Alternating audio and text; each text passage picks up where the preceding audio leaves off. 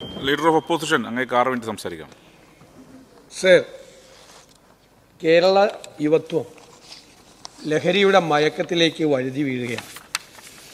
ഇന്നിവിടെ ഈ ചർച്ചയിൽ പങ്കെടുത്ത എല്ലാവരും അക്കാര്യത്തിൽ നമ്മൾ എവിടെ എത്തിയിരിക്കുന്നു എന്നുള്ളൊരു അപകടകരമായ കാര്യത്തെക്കുറിച്ച് എല്ലാവരും സൂചിപ്പിച്ചു. ലഹരിയുടെ കേന്ദ്രമായി കേരളം മാറിയിരിക്കുകയാണ്.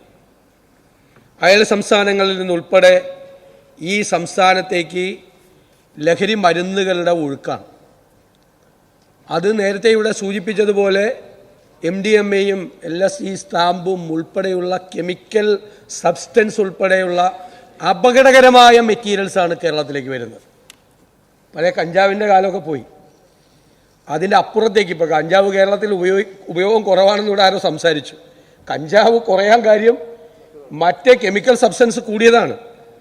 ഏറ്റവും അപകടകരമായ രീതിയിലേക്കാണ് പോകുന്നത്.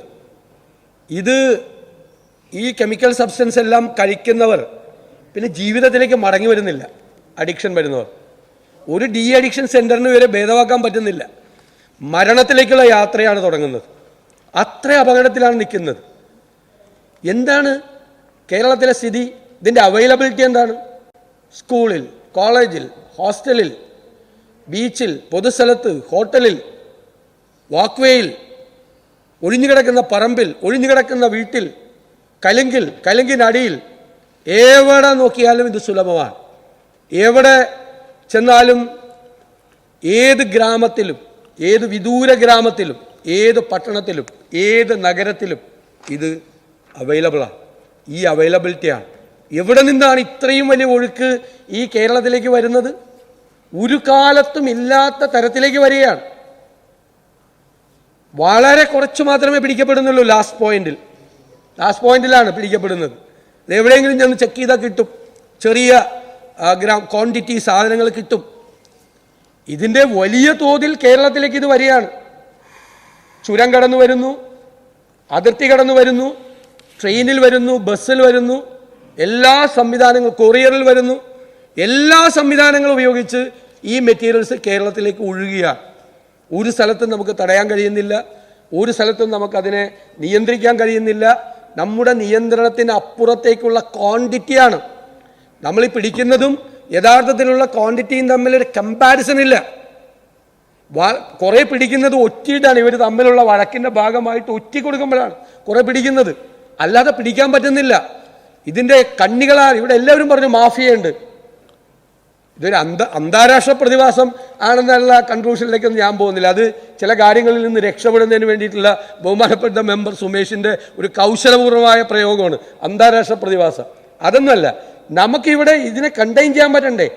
കേരളത്തിലെ നമ്മുടെ യുവത്വത്തെ മുഴുവൻ വഴിതെറ്റിക്കുന്ന ഒരു മാഫിയ വർക്ക് ചെയ്യുന്നുണ്ടെങ്കിൽ ആ മാഫിയെ പുറത്തു കൊണ്ടുവരേണ്ട ചുമതല ആർക്കാ ചുമതല? ആരാണിത് ചെയ്യുന്നത്? എന്താണ് ചെയ്തുകൊണ്ടിരിക്കുന്നത്? ഇവിടെ 2022 ഞങ്ങൾ ഈ വിഷയം വളരെ ഗൗരവത്തോടുകൂടി കൊണ്ടുവന്നു. അന്ന് മുഖ്യമന്ത്രി അടക്കമുള്ള ആളുകൾ ഇടപെട്ടു. ഞങ്ങളെല്ലാം മറന്ന് ഞങ്ങൾ എല്ലാ കാര്യത്തിലും പൂർണ്ണമായ പിന്തുണ ഞങ്ങൾ വാഗ്ദാനം ചെയ്തു. മുഖ്യമന്ത്രി അതിനെ അഭിനന്ദിച്ചു. നമുക്ക് ഒരുമിച്ച് തുടങ്ങാമെന്ന്. 2 വർഷം 2025 എന്താണ് ഒരുമിച്ച് തുടങ്ങിയത്? എന്താണ് ചെയ്തുകൊണ്ടിരിക്കുന്നത്? വിമുക്തിയ. നിങ്ങൾക്കറിയാമല്ലോ, എക്സൈസ് ഡിപ്പാർട്ട്മെന്റ്, നിങ്ങൾ വാർഡിൽ ബോധവൽക്കരണം നടക്കുന്നു. അവർ കുറേ ഫോട്ടോ എടുത്ത് അവരെ കൊണ്ട് അതേ പറ്റുള്ളൂ. അവർക്ക് എൻഫോഴ്സ്മെന്റ് ചെയ്യാൻ പറ്റുന്നില്ല. ഇവിടെ സാദത്ത് വളരെ പ്രധാനപ്പെട്ടൊരു പോയിന്റ് പറഞ്ഞു.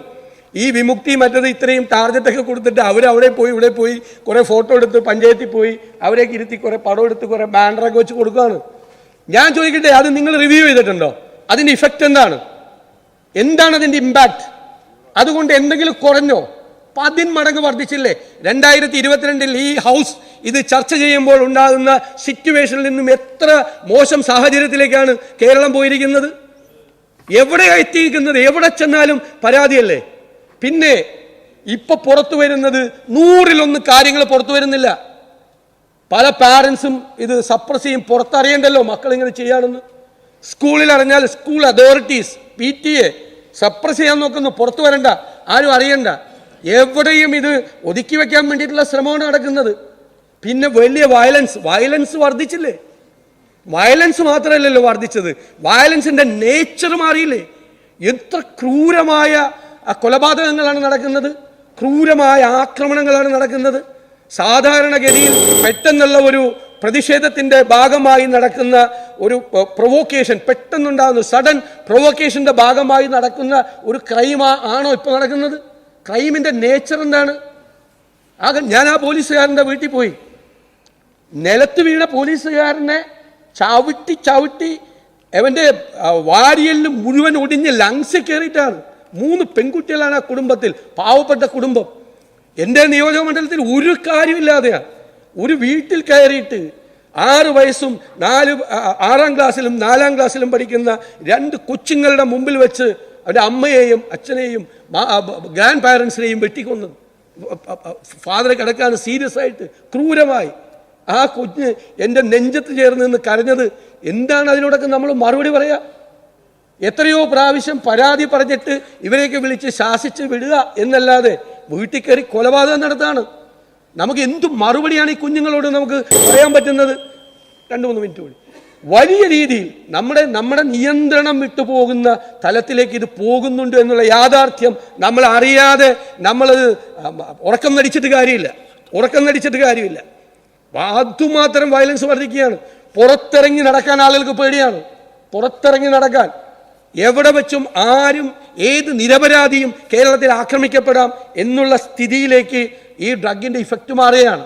എല്ലാവരും, ഒരുപാട് പേരെ, കുഞ്ഞുങ്ങളെ ഉൾപ്പെടെ, വളരെ ചെറിയ ക്ലാസ്സിൽ പഠിക്കുന്ന കുഞ്ഞുങ്ങളെ ഉൾപ്പെടെ ഇതിൻ്റെ കാരിയേഴ്സ് ആക്കുകയാണ്. ഇതിൻ്റെ ആ ഒരു നെറ്റ്വർക്കിൽ അവർ കൊണ്ടുവരികയാണ്. ഇതൊരു വലിയ പ്ലാനാണ്. ഈ സാധനം ചെലവാക്കുന്നതിന് വേണ്ടിയിട്ട് അതിൻ്റെ നെറ്റ്വർക്ക്, അതിൻ്റെ കൺസ്യൂമർ നെറ്റ്വർക്ക് വർദ്ധിപ്പിക്കുന്നതിന് വേണ്ടി വ്യാപകമായി അഡിക്റ്റായി കഴിഞ്ഞാൽ പിന്നെ അവർ കാരിയറായി മാറുകയാണ്. പണമില്ലാതായി മാറുമ്പോൾ ഇതിൻ്റെ കാരിയറായി മാറുകയാണ്. ഇത് എന്തൊരു ദുരന്തമാണ് കേരളത്തിന്.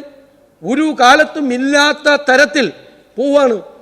അപ്പോൾ അതിന് ഞങ്ങൾ വിമുക്തി നടത്തുന്നുണ്ട്, ഞങ്ങൾ സെമിനാർ നടത്തുന്നുണ്ട്, നമ്മൾ ക്യാമ്പയിൻ നടത്തുന്നുണ്ട് എന്ന് പറയുന്നതിൽ ഒരർത്ഥവുമില്ല. ബോധവൽക്കരണം വേണം. ബോധവൽക്കരണം ആകെ എക്സൈസിൽ കുറച്ച് സ്റ്റാഫേ ഉള്ളൂ, കുറച്ച് സൗകര്യങ്ങളേ ഉള്ളൂ, കുറച്ച് സംവിധാനങ്ങളേ ഉള്ളൂ. ആ സംവിധാനങ്ങൾ മുഴുവൻ ഈ ക്യാമ്പയിൻ പോവുക. എൻഫോഴ്സ്മെൻ്റാണ് ഏറ്റവും പ്രധാനം. എല്ലാ സംവിധാനങ്ങളും എല്ലാ ശക്തിയും എടുത്തുകൊണ്ട് എൻഫോഴ്സ്മെന്റ് ശക്തിപ്പെടുത്തുക. എവിടെയെല്ലാം നമുക്ക് ഇവരെ തടയാൻ പറ്റുമോ അവിടെയെല്ലാം നമ്മൾ തടയുക. നമ്മൾ എല്ലാ സ്ഥലങ്ങളും നമുക്കൊരു ഇൻ്റലിജൻസ് ഉണ്ടോ? എക്സൈസിനൊരു വൃത്തിയായിട്ടുള്ളൊരു ഇൻ്റലിജൻസ് സംവിധാനം ഉണ്ടോ? ഒരു കേസ് പിടിച്ചാൽ ഇതിൻ്റെ സോഴ്സ് എവിടെയാണ് എന്ന് അന്വേഷിച്ചു പോകാനുള്ള ഒരു മെക്കാനിസമോ ഒരു മെഷീനറിയോ ഒന്നുമില്ല നമ്മുടെ കയ്യിൽ. നമ്മളിത് എന്നിട്ട് നമ്മൾ അങ്ങോട്ടും ഇങ്ങോട്ടും, ഞാൻ ചോദിക്കട്ടെ, ഇത് നമുക്കെല്ലാം കിട്ടുന്ന വിവരങ്ങൾ ഈ സഭയെ പറയാൻ പറ്റുമോ? ഈ സഭയെ പറയാൻ പറ്റാവുന്ന കാര്യങ്ങളാണോ? 2 പേരായിട്ട് തൊട്ടടുത്തിരിക്കുന്ന ഒരു സഹപ്രവർത്തകനായിട്ട് നമുക്ക് ഷെയർ ചെയ്യാൻ പോലും പറ്റാത്ത ഇൻഫർമേഷൻസ് ആണ് ജനപ്രതിനിധികളായ എൻ്റെയും നിങ്ങളുടെ എല്ലാം മനസ്സിലുള്ളത്. ശരിയല്ലേ? നമ്മൾ കേട്ടിട്ടുള്ള കാര്യങ്ങൾ, നമുക്കറിയാവുന്ന കാര്യങ്ങൾ പറയാൻ പറ്റും. ഒരാളോട് ഷെയർ ചെയ്യാൻ പോലും നമുക്ക് പറ്റാത്ത തരത്തിലുള്ള സംഭവങ്ങളാണ് കുടുംബങ്ങൾക്ക് അകത്തും പുറത്തും നടക്കുന്നത്. എവിടെയും ആരും എപ്പോൾ വേണമെങ്കിലും ആക്രമിക്കും. ഇവർ കുഞ്ഞുങ്ങൾ പോവല്ലേ? നമ്മുടെ കൊച്ചുങ്ങളെ കൊലയ്ക്ക് കൊടുക്കണമോ നമ്മൾ? അപ്പം അതിനൊരു പ്രോഗ്രാം വേണ്ടേ? നമ്മളെല്ലാവരും ചേർന്ന്, കഴിഞ്ഞ പ്രാവശ്യം പറഞ്ഞതാണ്, 3 കൊല്ലം മുമ്പാണ് പറഞ്ഞത്, എല്ലാവരും കൂടിയിട്ടുള്ള ഒരു വലിയ ഒരു വർക്ക്, ഒരു മൂവ്മെന്റ് വേണമെന്ന് പറഞ്ഞു. എന്തുണ്ടായി 3 കൊല്ലത്തിനിടയിൽ? ഒരു വ്യത്യാസം കണ്ടില്ല. കൺവെൻഷനലായിട്ട് ചെയ്യുന്ന രീതിക്ക് അപ്പുറത്തേക്ക് ഒന്നും ചെയ്യുന്നില്ല സാർ, ഒന്നും ചെയ്യുന്നില്ല. ഞാനത് പറയാതിരിക്കാൻ പറ്റില്ല. ഒന്നും ചെയ്യുന്നില്ല, ഒരു കാര്യവും ചെയ്യുന്നില്ല. കുഞ്ഞുങ്ങളെ ഇങ്ങനെ അവരുടെ വിധിക്ക് വിട്ടുകൊടുത്താൽ മതിയോ? അവരെ കൊലയ്ക്ക് കൊടുത്താൽ മതിയോ? നിങ്ങൾ ഗൗരവമായി നിങ്ങൾ ചിന്തിക്കണമെന്ന് ഞങ്ങൾ അഭ്യർത്ഥിക്കുന്നു. ഞങ്ങൾ ഉത്തരവാദിത്ത ബോധത്തോടു കൂടിയാണ് പ്രതിപക്ഷം കൊണ്ടുവന്നത്. കേട്ടാൽ വിഷമിക്കുന്ന, കേട്ടാൽ ചങ്ക് തകർന്നു പോകുന്ന കാര്യങ്ങളാണ് നമ്മുടെ കേരളത്തിൽ നടക്കുന്നത്.